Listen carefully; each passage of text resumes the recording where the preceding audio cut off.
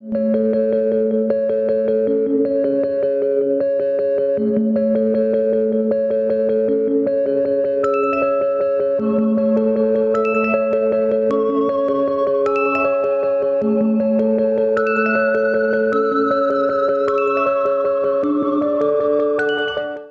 सिकेडास हैं। इनकी एक बड़ी तादाद इस वक्त वाशिंगटन समेत अमेरिका की दर्जन भर से जायद मशरकी रियासतों में टिड्डी दल के झुंड की मानिंद दर आई है। ये 17 साल जमीन के नीचे हाइबरनेशन में रहने के बाद मौसम गर्मा के आगाज पर उस वक्त बाहर आते हैं जब जमीन की 8 इंच गहराई तक दर्जा हरारत तकरीबन 18 डिग्री तक पहुँच जाए। जमीन से निकलने के बाद किसी दरख्त या महफूज जगह पर साकित खड़े रहकर अपनी भूरी जिल्द से बाहर निकलने वाले सफेदी माइल सिकेडास इन्हीं दरख्तों पर बसेरा करके अपनी खुराक का इंतजाम करते हैं। ताहम ये टिड्डी दल की तरह पौधों और दरख्तों को चट नहीं करते। गहरी रंगत में तब्दील होकर गोया ये जवान हो जाते हैं और साथी की तलाश में लग जाते हैं। माहिरीन के मुताबिक जमीन की सतह पर उनके आने का बड़ा मकसद अपनी नस्ल को आगे बढ़ाना है। घने जंगलों में इनका एक मखसूस शोर सुना जा सकता है।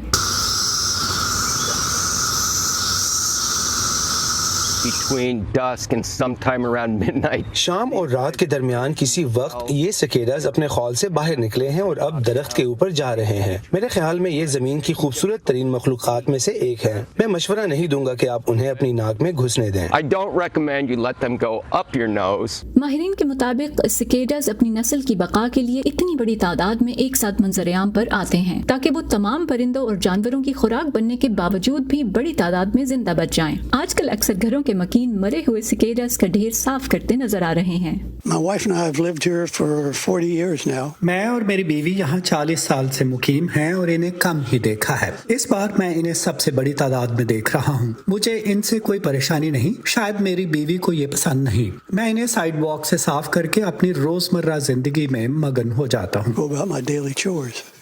I like the idea that they are absolutely harmless. मुझे अच्छा लगता है कि ये बिल्कुल बेज़रर हैं। ये सोच मुझे इत्मीनान देती है। मुझे उनका पहले भी तजुर्बा हो चुका है। कभी कभार ये गाड़ी के अंदर आ जाते हैं और साइड वॉक की सफाई वगैरह करना परेशानी का बायस होता है, वरना ये एक ऐसी चीज़ है जिसे आप बर्दाश्त कर सकते हैं। ये इतनी बुरी चीज़ भी नहीं। आजकल यहाँ वाशिंगटन और उसके मज़ाफ़ात में अक्सर दरख्तों पर ये सिकेडास नजर आते हैं और आप इनकी ज़िंदगी के मुख्तलिफ अदवार यानी फेजेस भी देख सकते हैं। माहिर हशरियात यानी एंटोमोलॉजिस्ट के मुताबिक ये बहुत बेज़रर कीड़े हैं और ये इंसानों और जानवरों के लिए बिल्कुल भी खतरा नहीं, लेकिन इंसान और जानवर इनके लिए खतरा ज़रूर हैं जो इन्हें अपनी ग़िज़ा बना सकते हैं। जैसे माहिर हयातियात जेना जेडिन जो इन्हें जमा करके बेक करती हैं, उनके मुताबिक इनका कोई मखसूस जायका नहीं।